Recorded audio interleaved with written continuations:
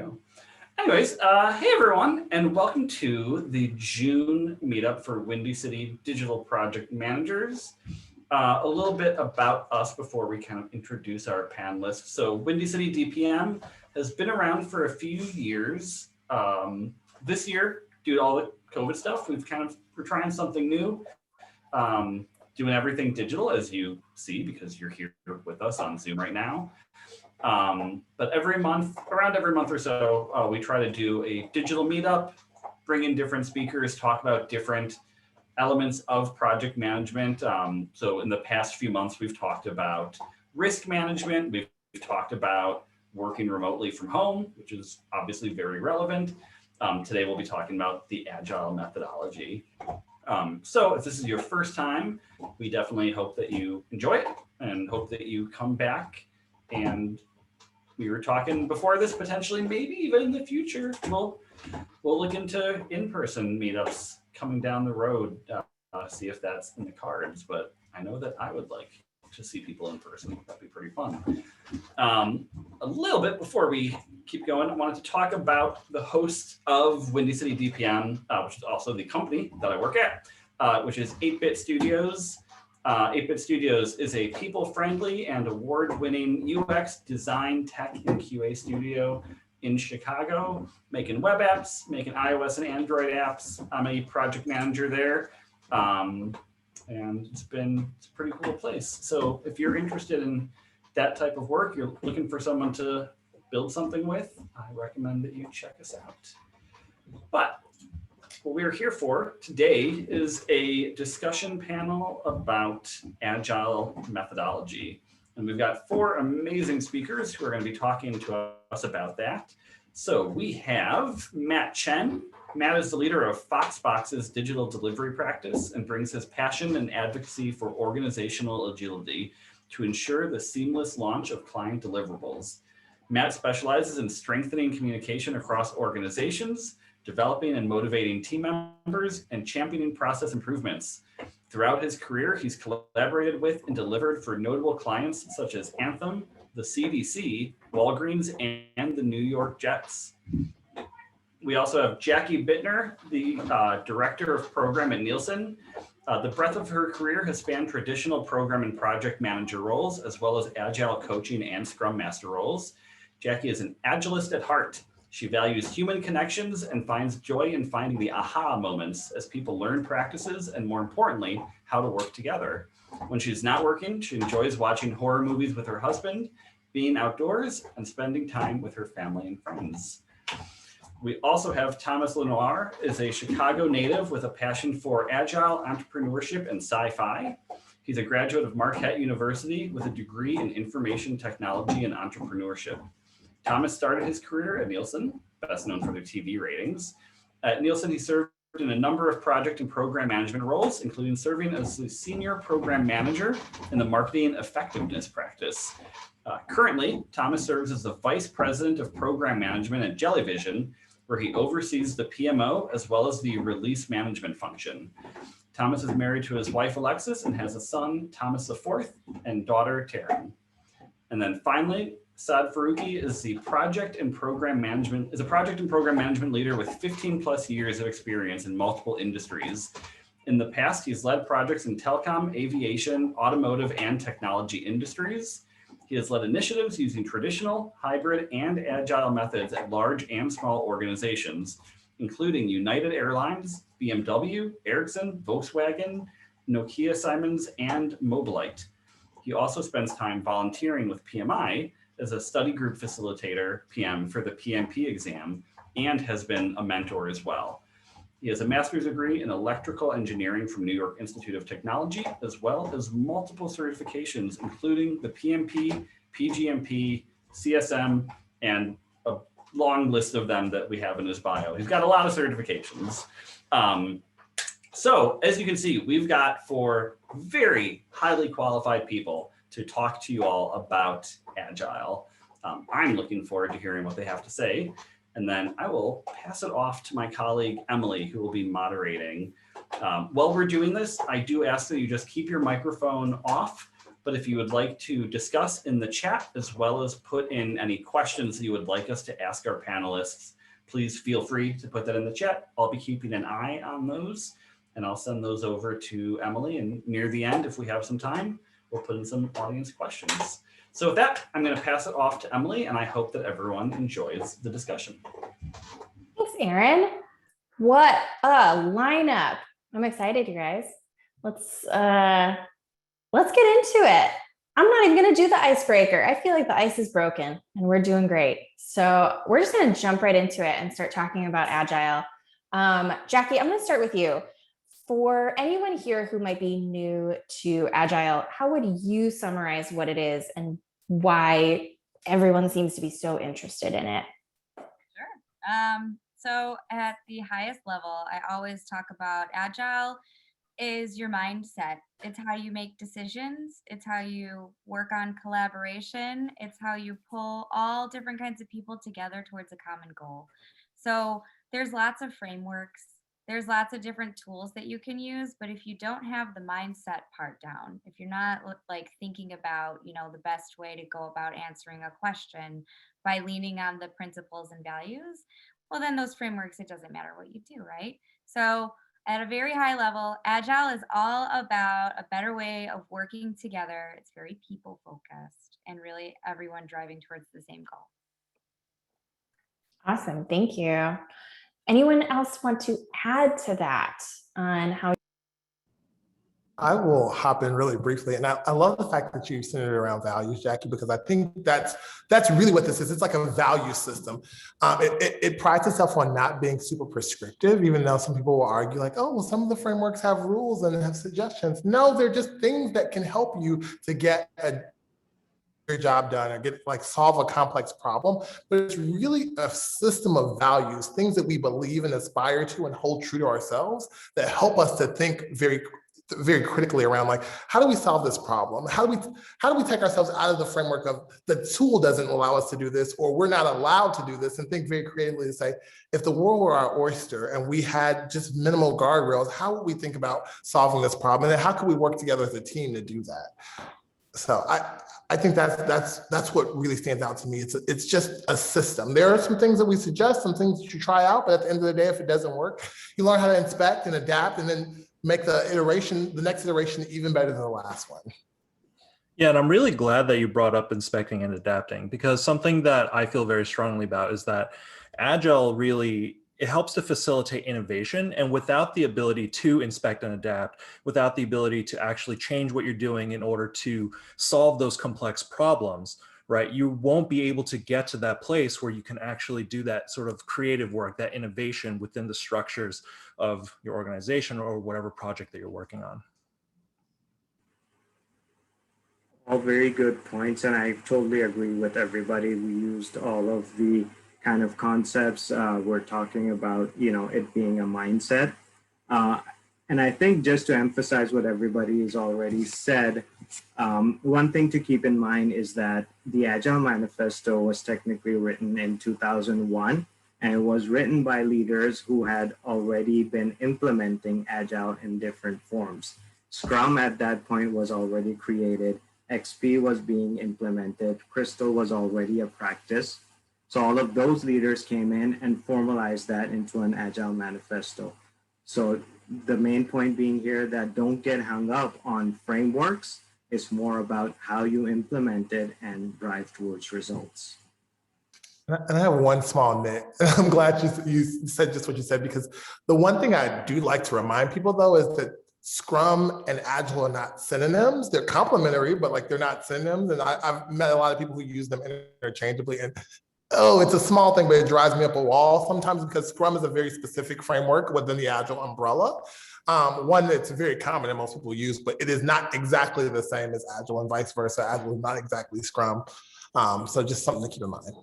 Yeah, the best way that I've ever heard it described is that Scrum is like the brand of a car, while Agile is car, right? So it would be something along the lines of saying that Scrum is like a Jeep, while a car is a car, right? So when people say Agile Scrum, it's like saying, oh, you have a car Jeep? So. I'm going to take that. I'm going to use that to field some questions about that. Last thing I'll add to my overview high level what Agile is. So not only is it everything that everyone has already mentioned, but for me also it's a way to bring things back to simplicity. A lot of times in all of our jobs, we are dealing with complex problems, lots of risks, lots of dependencies, all of those things. And when you really lean on that value system, you help bring things back to simplicity. You know, I don't need to send Matt an email to ask him all these things. I can just see if he's available for a 2-second video call face to face and get it done.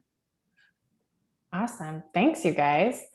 So let's keep going and talk about, I want to dive into something that Matt brought up specifically. You know, Matt, you were talking about how it's really important to have the ability to inspect and adapt and to get into a complex problem solving space.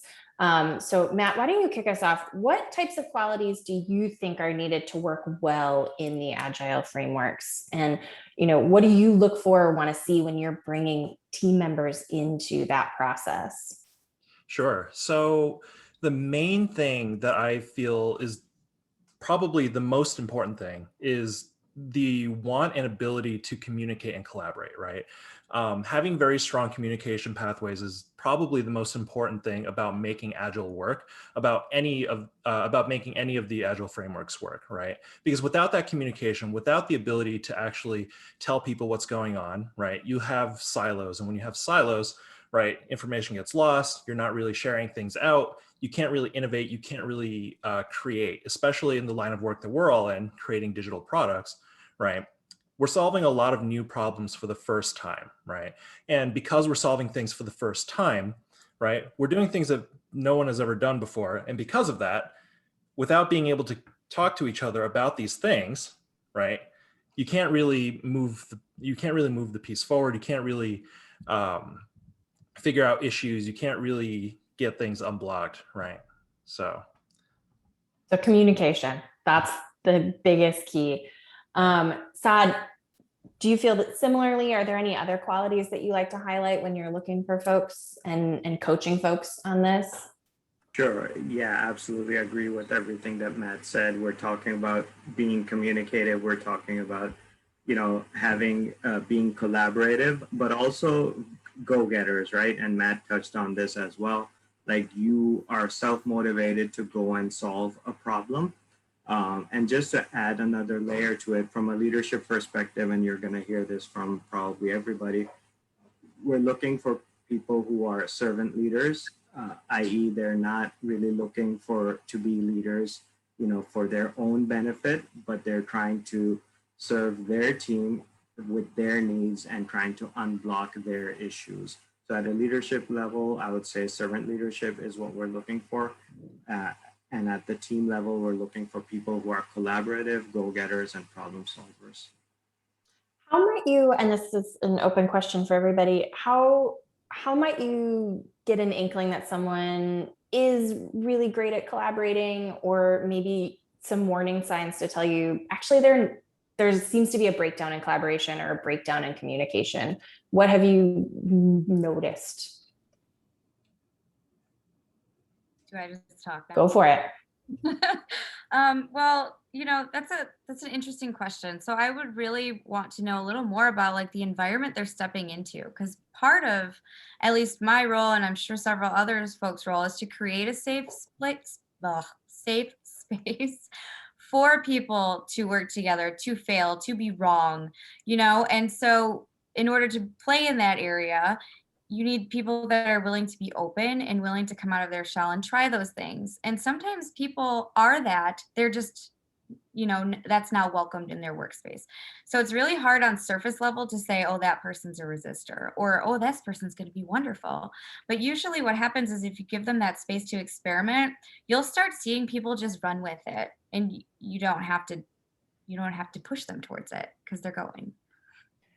That space is like critically important, especially from my perspective, because a lot of times when I hire folks, I let them know, like, I'm looking for someone who's curious, who's going to ask a question, even if it feels like a dumb question to you. Because honestly, we uncover so much more when we ask the question that everyone else is assuming versus just saying, well, like, this must be the best way. No one else is objecting to it. And so, like, I need the space to feel safe for the folks to be vulnerable and say, hey, I know we've done this for 15 years, we've deployed it like this, but like, is there any other way we can do it? How do we land here? And like, be okay with it, like being the person who's asking the dumb question. Likewise, I also want them to uncover those rocks, and not in a way that's like annoying or frustrating to the team where it's like, you literally question everything, we don't like you. But like, at the strategic points in time in the conversation, we have to always ask those questions around like, have we looked at new technologies? Have we looked at new solutions? Like, if we continue to have these same issues, like, what could we do differently? Bringing that inspect and adapt piece back up. It's like, hey, do they have the time, the space, and also the comfort level to actually go out and ask those questions? And a lot of people will even fall back on like, well, I'm not like a very technical person, so I don't feel comfortable asking those questions. I actually find that the least technical people are the best people to ask the question, because you don't know that it's a dumb question. And just you asking, even though the person's like, well, obviously we have to do it like that, but then they think about, but this other part we don't have to do like that, or like it opens up this whole can of worms that then brings you to an even better approach. I love that. Are there specific moments moments or like ceremonies while you're working on things where that you have found are a good time to be asking those questions? Or are there spots within the Agile process that you guys recommend folks make sure to open up that space and make sure that it feels like a safe space to fail? So at Foxbox, I really encourage my team, no matter if they're on a project team or part of my team on the delivery side, to really be asking questions at all times, right? Like, if you have a question, just please ask, because there's really no wrong time to ask about it. Even if we can't make something happen immediately, we can write it down, take action items, we can bring it outside of what we're working on and in the moment and really take it from there, right? But there's never a dumb question, like Thomas was saying. Like, you always want to really try to be curious, try to figure out things, come from a place of understanding that, hey, the questions are not to question you or something that's been established. It's to see if we could do something better. It's to see if there's anything else that maybe we're missing here, right? So. Yeah, I like that. I also like leading with like positive intent, right? No one is there to ask a question to make anyone feel bad. And I usually, like, in the different events that we have, I'll lead by example. I will ask the dumb question because I am not technical. And so, just to encourage other folks to participate as well. Awesome. I'm just going to say something really. Oh, go ahead. Really quick, just wanted to add one anecdote there. I think when we start retrospectives, we have to do this, want to create this safe space within those retrospectives. And there's something called a prime directive. It's a statement, it's kind of wordy, but I encourage everybody to look it up through Google. It's kind of wordy, but it really kind of sets the stage to ensure that nobody feels like they are blaming everybody within a retrospective. So that really sets the stage, not only in that retrospective, but also people tend to carry it over within, all of Agile and kind of develop that safe sense of security as they're working through with their team. Yeah, that's absolutely true, Saad. The main thing about the prime directive is that, we're all coming from a place of good intent, right? We're all working towards the same goals. We're all trying to accomplish the same thing, right? Come to every meeting, come to every question, come to everything that you're talking about with that in mind. And that really helps to set the stage for this sort of open discussion that we're all talking about. Wonderful. Thank you. I took us on a tangent there. I went off script, everybody. Nobody was prepared for me to ask those questions. So thanks for your flexibility, everybody. So let's get back to it and let's talk about delivery. How do you work around project issues or delays when you and your team are delivering with Agile? I will direct that. You guys are all interested in answering. So Saad, let's start with you. I'll help. Sure. So Agile in itself, as a practice, it kind of takes into account issues um, in some of the principles that we're dealing with. So you are constantly working with the customer when you're working in Agile. So you know that your priority is established. You're constantly working within the team, in terms of your daily stand-ups or retrospectives. So you kind of get ahead of all of the issues as they occur. So Agile kind of, if you stick to some of the principles and practices well, a lot of those issues that you would see in traditional project management, they are taken away and kind of brought to the surface earlier. And to add on to that, it's typically an iterative and incremental process. So you're delivering things consistently if you're doing it right. And so, sometimes we get into this habit of saying like, well, this is the hard deadline to have the full feature out. But even if you're behind at this point, like, you should have had an early indicator because there are information radiators throughout the Agile processes. Like there's always something that shows you like how we're doing against our goals and kind of where we can course correct. But in addition to that, we're also, if we're prioritizing things appropriately, if we're sizing things appropriately, we're delivering things consistently and continuously. And so though we may not have the full finished product on June 1st, we should have some meaningful portion of it with the expectation that we're going to continue to push out these features and provide value to the client or the end user in an iterative fashion. So I think, if I compare Agile to like a waterfall framework, in waterfall, it's all everything on the deadline or here, at least you have something, even if it's not everything you expected. And you also have learned along the way. And the end result might have actually morphed and gotten better. And so when in waterfall, you have a very rigid view of like, I need to build a car. In reality, maybe the car was actually like a flying Tesla type of car. And so we didn't know that until we delivered a few iterations and we got that feedback and we switched it up. And so even if we didn't get to the flying car stage, like we had more knowledge we're at the stage we're at now than we would have had in any other framework. And that's one of the things I like to fall back on. I really like utilizing, this agile mindset to have creative solutions for when we run into these types of project issues. So for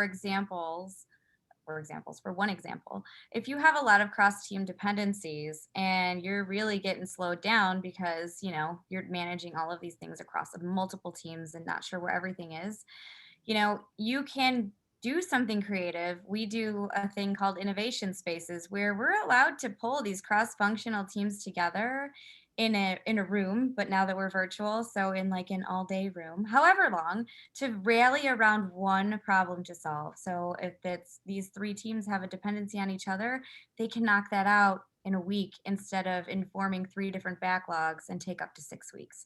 So, and the reason that we were able to do that is because we go back to those values, right? That face-to-face communication, that allowing these teams to self-organize, to rally around the problem and trust them to get it done. Like that's what I mean earlier when I said it's about, utilizing those values to make decisions. And from that comes these beautiful, creative, human-centric options. And I have to take us on a small tangent really quickly, but like the other thing that has nothing to do with this question, but you sparked for me, Jackie, is like, again, Agile's an umbrella for a lot of different frameworks. And so like, I actually like to plug and play and mix things up. Like I pull things from Lean and XP all the time that I think will help my teams to go, even though it's not technically a part of the Scrum framework. Because again, it's about like finding things that are going to help us to get to our goal faster, better, more creatively and iteratively, and using those. And I'll be honest, every now and then I'll choose something and it like will fail tremendously. It'll just like won't go over well, or people won't grasp it, or we just aren't using it properly. And that's okay. Like as long as that's not like the consistent norm, like every now and then you're going to do something, it's just not going to work out. But like I feel like using this Agile as a toolkit, it's instead of like a very prescriptive like checklist, it really helps you to like think about what can work for my organization that maybe wouldn't work for a different one, or where are we more mature and may need some other alternatives versus a company who's maybe just starting out on their Agile journey. Yeah, so just to build on what you were saying, Thomas, about failure, right? Something else that's also very important to the Agile process as a whole is learning to accept failure and to learn to fail fast so that you can succeed even faster, right? Like having early failures informs a lot of things to tell you how you should do things better, right? Because if you know now, hey, these things didn't work, but now we can try these things, and just using the inspecting and adapting to constantly get better, right? And to tie this back to the delivery piece, and to tie it back to project delays or issues, right? That's precisely the point of why Agile exists, because we're able to uncover these issues faster. We're able to inspect and adapt in order to really pivot and figure out how to do things better. How do we get around these issues? How do we get around these delays? How can we be creative? And how can we get to our goal without killing ourselves, right? Absolutely, Matt. And I'm going to stick with you and move us into a similar conversation, but I'm going to throw a wrench in there and say, let's talk about stakeholders, and especially stakeholders when they're clients and client partners. How have you successfully gotten those stakeholder partners involved in that Agile process? What has that looked like? What successes do you have to share? What failures or learnings do you have to share for that, especially if they haven't used or worked within that framework before? Sure. So I guess let me start with the failure, and that'll help to lead more into successes, like I was saying before, right? Take the learnings that you have. One of our early clients here at Foxbox was a company that did construction, and they were trying to make an app that was kind of the Uber of the construction industry to really help any construction company say, hey, we need these materials. And since we're cost tolerant, but we're not time tolerant, we're able to pay for whatever drivers we need in order to go to this place, get something and bring it to us without sacrificing any of our own people so we can keep working, right? So the stakeholder at this company, they were an entrepreneur, but they really had no idea about anything that's tech related, right? They haven't been in software development at all. And, the way that we worked with them was fairly early on. So it was a lot less collaborative than the way that we work now, right? And through actually going through that process, working with them and figuring out what their primary requirements document is, right? And then working on it, trying to create this thing for them, we found out very late in the game that, hey, this actually does not work very well. It has poor UX, the users don't want to use it. And, while we did deliver and we succeeded in that delivery, right? What we delivered was not what the project wanted to solve. It was not the actual product that they wanted to build, right? So nowadays, what we took from that was we need to be bringing in clients of all stripes very early on in the process and informing them, hey, this whole thing is a collaborative effort. And while we create things, while we're building things, we need you to actually look at what we're building, at the same time that we're building it. Every couple of weeks, we're going to have something new for you, and we would like you to take a look at it. We would like you to bring in any users you might want to take a look at it in order to give us any feedback you might have. A lot of clients will push back on this and say, oh, that's a lot of work. Why can't you just build it to our spec, right? And we say, okay, if that's the case, then why don't we build something first, a proof of concept, just to prove out what we're trying to do, right? And once we build that proof of concept, we'll deliver it.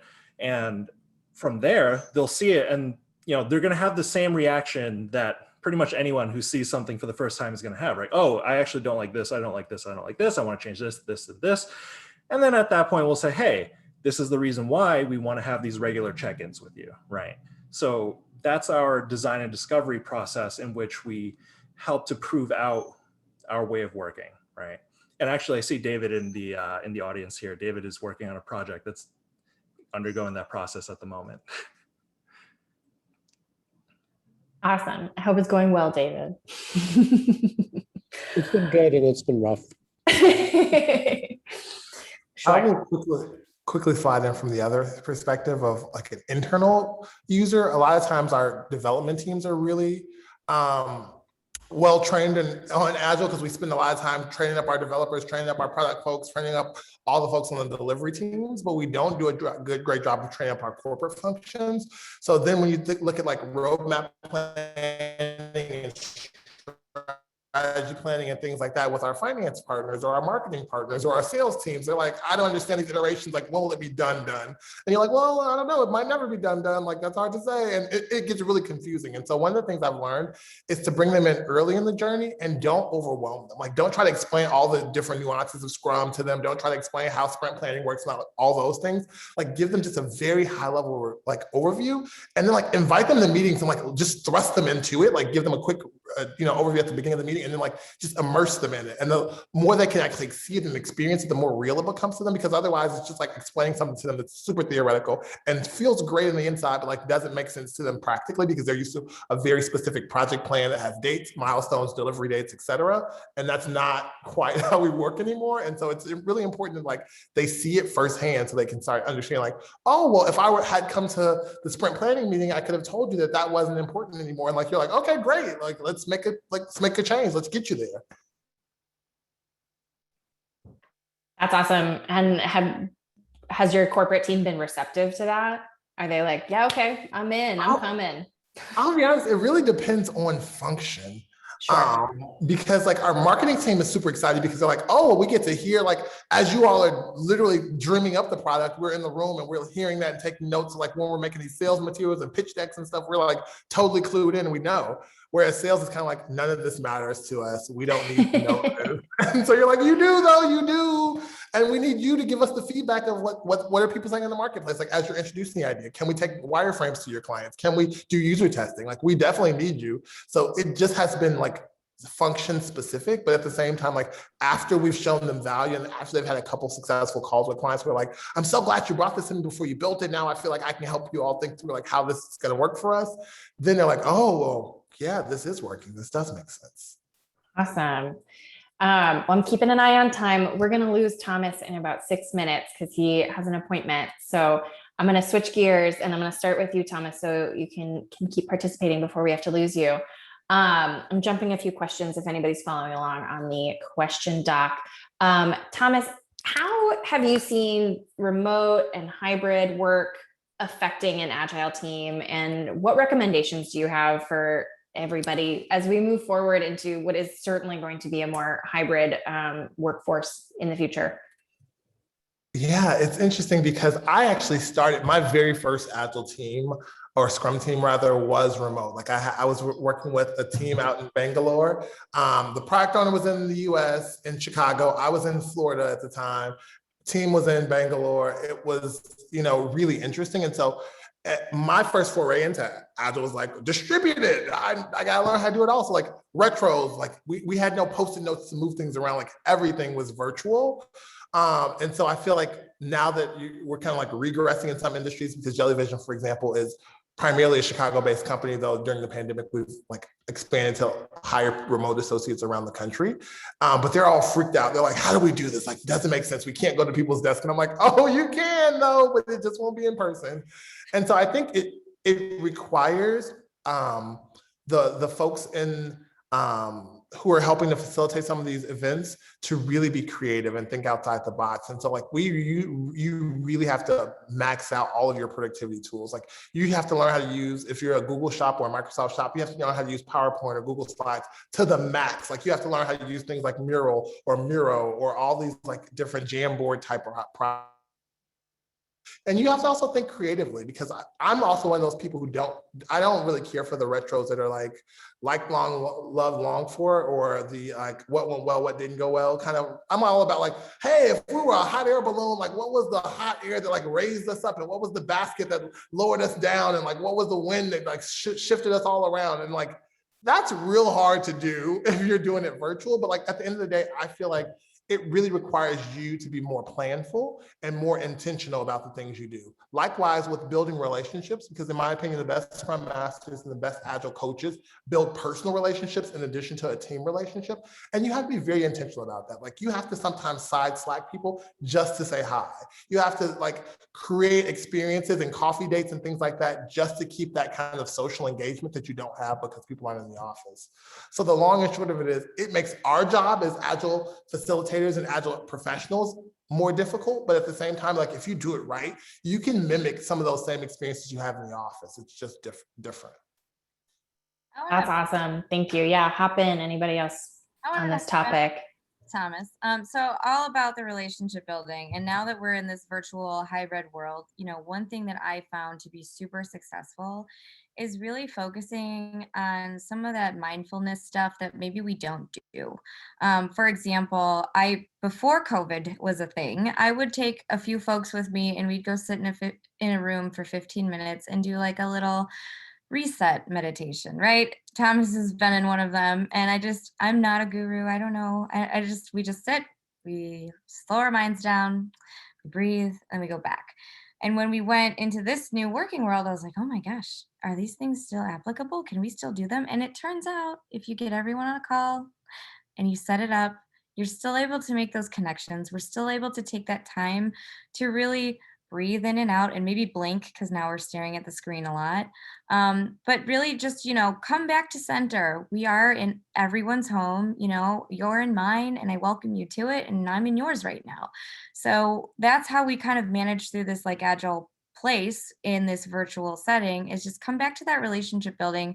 Remember that we're all people and we're not machines and we all need to work together to get there and we all care about each other to get there. And I think I found that has been just really helpful to keep those cooler conversations happening, to pop a monthly coffee chat meeting on with your team and they actually show up, so that's where I would stand for that and build on Thomas's relationship building piece. Yeah, and building on Thomas and what Jackie was saying, right?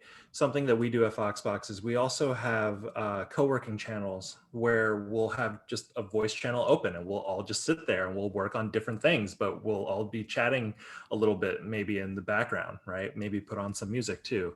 Have a bot just play stuff and random people can put stuff onto the playlist and it's all cool.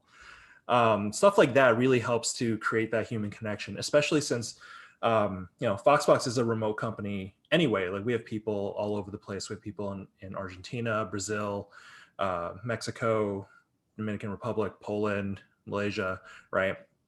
So those kinds of things really help us to create that human connection and to really create that sort of water cooler conversations that we're all kind of missing right now.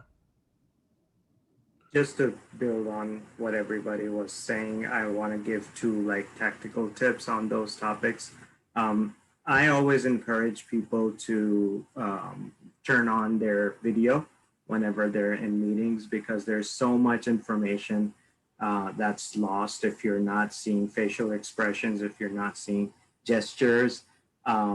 So as much as you can, turn on your videos when you're talking to people. There's much more information that carries forward. And also just if you kind of take this down a level, be careful about your text speak and your text information. If you're sending a sensitive message, don't send it on IM. Maybe call that person. Tone of voice matters so much in a lot of the conversation that you lose out on it if you're just sending out a message and it may be very misconstrued. I think that's a really good reminder to end on this topic, Saad, is tone of voice and facial expressions and gestures and just exactly that stuff can all get lost if the only way we're communicating is via Slack or via email. Awesome, thank you. Thomas, you gotta go, buddy. I'm watching this clock for you because I know you got an appointment. It was lovely meeting everyone. I don't know if we share contact information at the end or not, but I'd love to connect with anybody via LinkedIn or directly via email if you'd like. I'll throw my email address in the chat window before I head out. Awesome. Thank you so much. Really appreciate it. But we will keep going with everybody else for at least a few more minutes here. We won't take up everybody's evening. Okay, let's switch topics a little bit again and talk about businesses that want to transition into Agile. So I don't know if any of you were a part of shepherding the Agile processes into your current workplace or a different workplace, but curious to know what recommendations you have for a business and on how to best prepare themselves for what's required to transition into that workflow and what their biggest hurdles might be. I can start on this one. Awesome. So A couple of things that I can talk about from personal experience. I've worked as an Agile coach for 2 years. Is that a lot of companies, especially enterprises who want to make that jump to Agile, have a lot of inertia going for them, right? It's very difficult to steer a ship as big as an enterprise with thousands of people that are a part of their company, right? And even if you're only trying to steer a small subset, that still might be hundreds of people. And hundreds of people all used to doing things in a certain way, you're going to encounter resistance because change is scary for a lot of people, right? And the way that I usually come to approach these types of problems and issues, especially when I was working with Walgreens and working on their UX process and integrating UX into Agile, into their software teams, right? Is that you really need to work on what are the main pain points that people are currently experiencing in order to get the buy-in in order to facilitate this this transformation, right?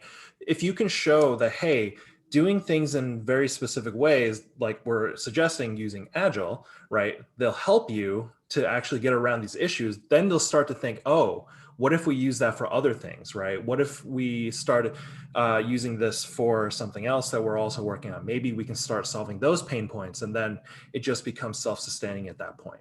All that being said, you also need a lot of understanding from the leadership side, right? A lot of leaders, they have a lot of, hey, I want us to do the Agile.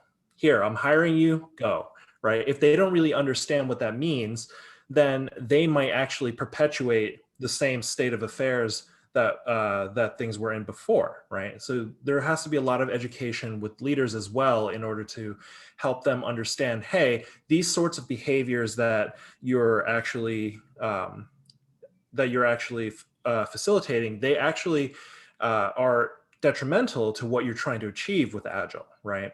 So getting leadership buy-in as well as buy-in from the people who are going to be implementing it, both very important pieces and have to be approached very differently.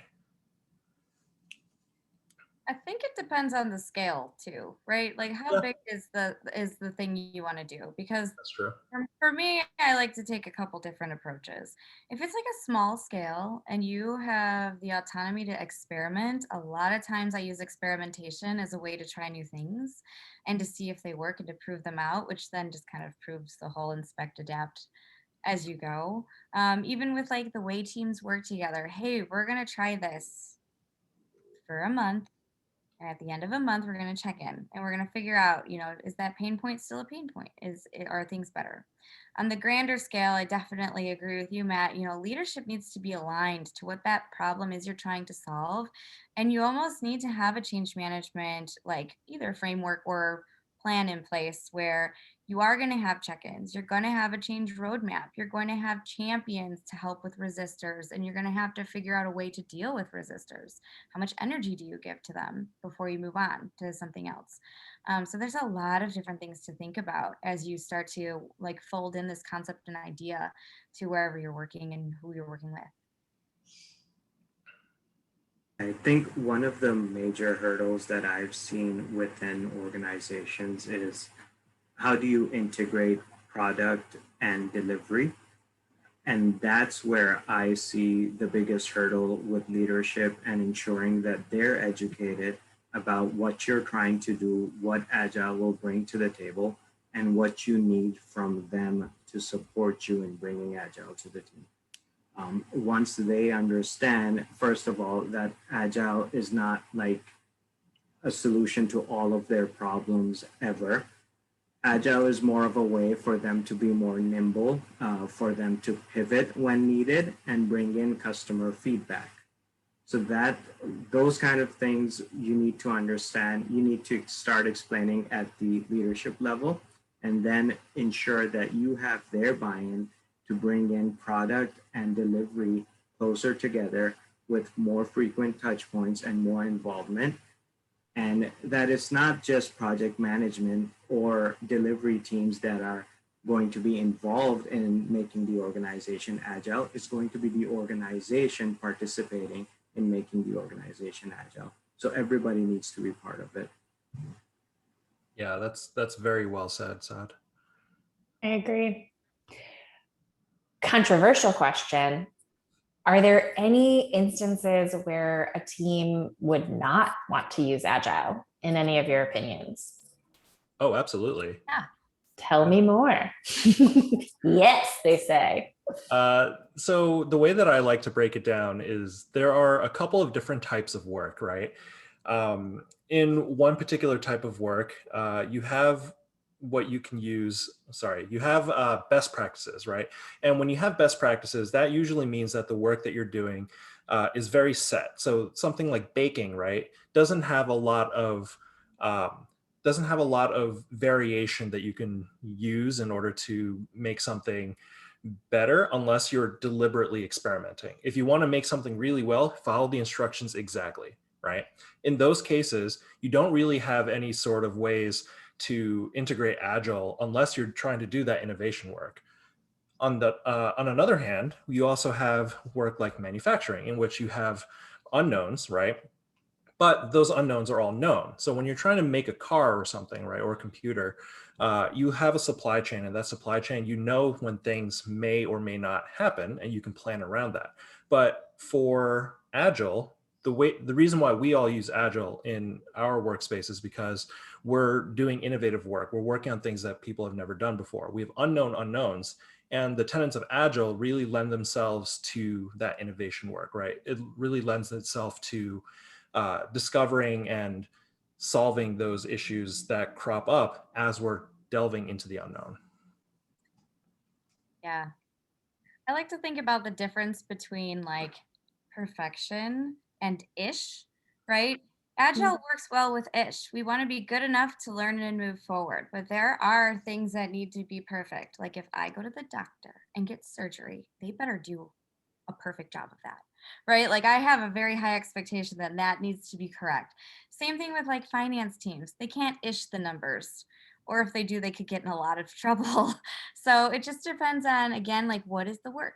What does the work need and what does the work require? And sometimes there's a blend. Sometimes you need to be real perfection up front and you can ish the rest. Like it just depends on what you're building and who you're serving and what that relationships looks like. But yes, there are definitely instances when Agile's not for everyone. Jackie, can you give us an example, or can you think of an example where it might be that perfection up front and then ish? And it's okay if you can't, but I'm just curious if there's like a specific example that you can try to give us. So here's the thing that I like to think about, because a lot of times you hear about Agile versus waterfall, right? And it's all this like against each other, but really there's some ways to make that even complementary. And I'll tell you a little bit now, right? What we see sometimes as we're trying to figure out, what our big, broad product families look like, is those shouldn't be ished. Those should be very thoughtful, very detailed, very, direction, vision heavy. And sometimes we don't get that. And when you don't get that, everything down the line kind of suffers.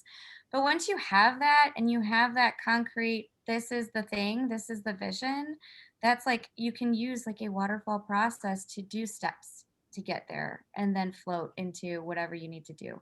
Or, sometimes you don't need that at all. So one thing that I'm like airing dirty laundry right now. One thing that we struggle with is that upfront thing. Why are we doing what we're doing? And sometimes we lose that when we get down into the execution where everybody is working collaboratively, but then we hit a roadblock and we go, wait, why again? And, it would be nice to take some of that time up front, be a little more heavy on the not perfection side, because I don't want anyone to be perfect, but a little more diligent, right? Agile is not just whimsical chaos. Agile is it's a discipline, right? And you have to think through like what are the outcomes of these things that I'm doing? And am I getting there before I'm putting them on somebody else to take off, right? So that would be my loose example. Thank you. Saad, anything you wanted to add to this topic? I really like how Jackie was mentioning waterfall versus agile and how it unnecessarily becomes like a pitting match. And just to add, like a good project manager is able to take, practices from both disciplines and customize their approach to what they have at hand to solve problems. And on that note, like technically even more prescriptive projects where you know the steps that are involved, you can use an agile approach to deliver those. The only caveat is that it's not efficient to use an agile approach because those steps are defined. So those frequent checkpoints are unnecessary. There's nothing you're going to uncover within that many frequent touch points. That is a great point, Saad. I love that. We are coming up on time, so I've got 2 more questions that I want to ask the whole group, and Saad, we'll start with you. Do you personally feel like getting any kind of Agile certification is worth it for our industry, for project managers? Is it worth it? Are they needed? And if so, which ones do you recommend? Sure, absolutely. So I'm biased on this question in multiple ways. First of all, due to the pandemic, I just went on a tangent and got a bunch of certifications myself. Awesome.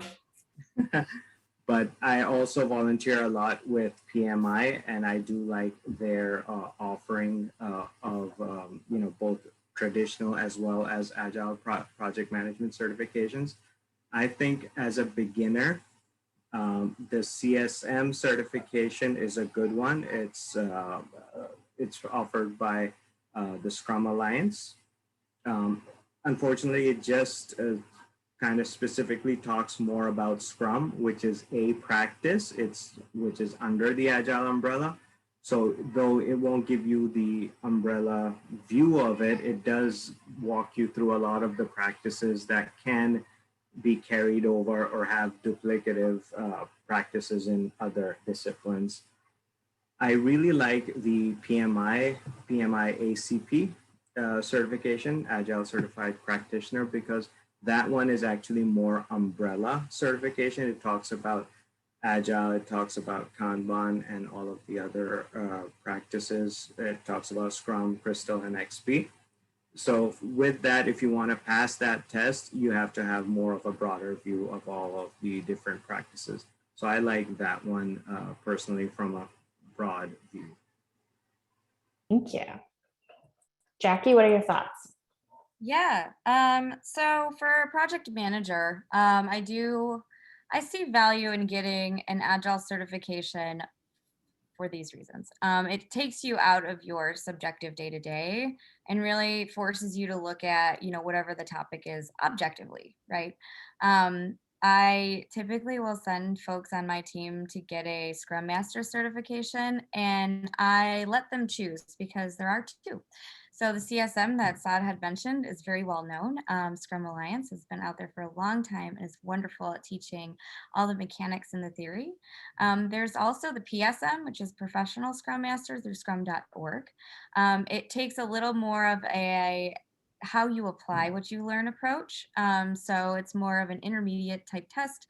And it really just depends on the goals of that individual, right? So when I coach with my team, they can pick either one and I don't judge them. It's just really where they want to go with their career and what influence and impact do they want to have. So I think that those 2 are really great for like figuring out like what that Scrum Master role is and seeing how do you apply that as a project manager? How do you teach some of those things as a project manager? So necessary is an interesting question, but valuable, yeah, there's value there. Thank you. Matt, round us out. What are your Sure. thoughts? Yeah, I'm actually very much in agreement with Jackie here. For my team as well, I encourage them to get whichever one makes more sense to them, right? Sometimes that means that they want to take the CSM, sometimes they want to take the one from scrum.org. And, the real value here is that when you take one of these courses, right, it helps you learn to speak the language and to speak the same language that everyone else who has also taken these courses also speaks, right? It helps you speak with your coworkers. It helps you speak with the rest of the delivery side of things. That's the true value it brings, right? It brings people together in that way. You're all speaking the same language. You're all working in the same way, and you all have the same knowledge base. I love it. Thank you. Just want to add one yeah. more really quick anecdote on scrum.org versus Scrum Alliance. So Scrum Alliance offers CSM, and Scrum.org offers PSM.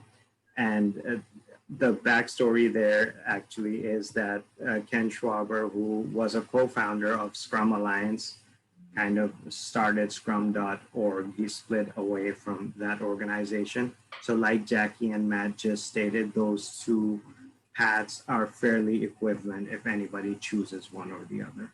That's a great call out because both founders of Scrum had both of them. So you're getting, you know, the best. Very similar. Yeah. Awesome. Cool. But yeah, to sum up what I heard from everyone is, yeah, it's valuable, and yeah, it's worth it. It's worth it to go down that road of taking those classes. It really resonated for me, Jackie, what you said about getting out of your subjective day-to-day and being able to get into that higher objective space. I think that's, for me, that's a really good takeaway. So thank you. Last question, because we are just a little bit past 7 o'clock here. So each one of you, Matt, we'll start with you. What is one misconception or thing that you wish more people knew about Agile? I think I mentioned this earlier, but the whole thing about Agile and Scrum not being the same. So the whole car Jeep thing, Agile Scrum, really bothers the heck out of me. Specificity. Yeah. Specificity. That's what Matt likes. All I right. think Thomas would have the same answer. I bet you're right. We'll speak for him. Jackie, how about you? What's one misconception or thing that you wish people knew?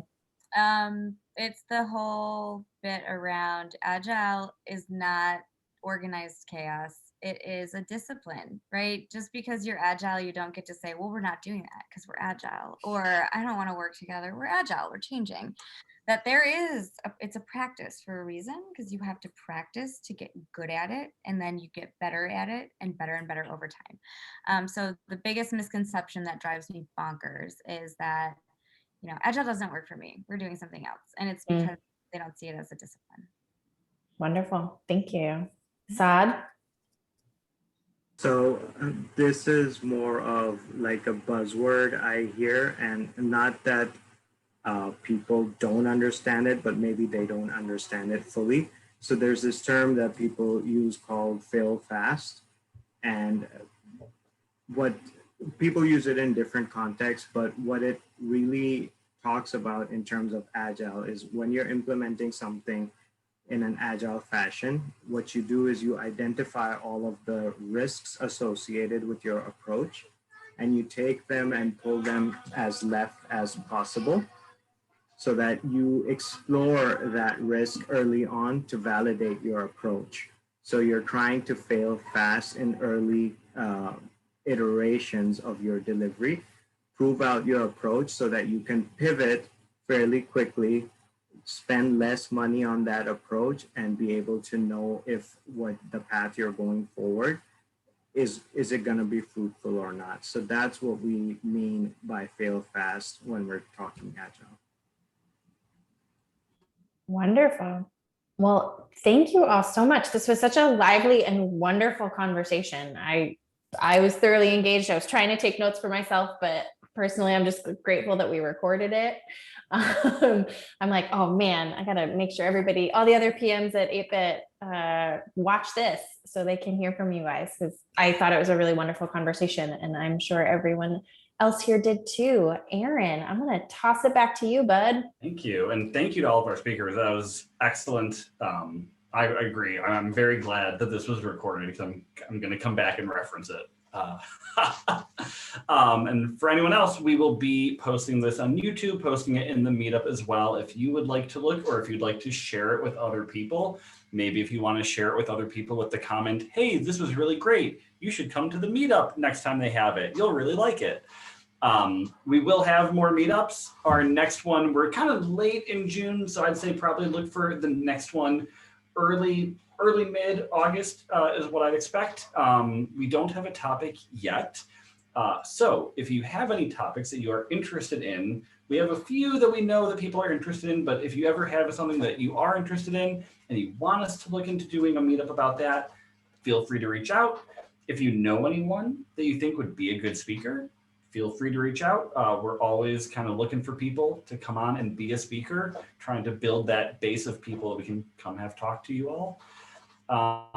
Or just feel free to reach out if you have any questions or you want to talk to us in general. We're social, happy people. And we want to make this a meetup for all of you that is something that you look forward to every month.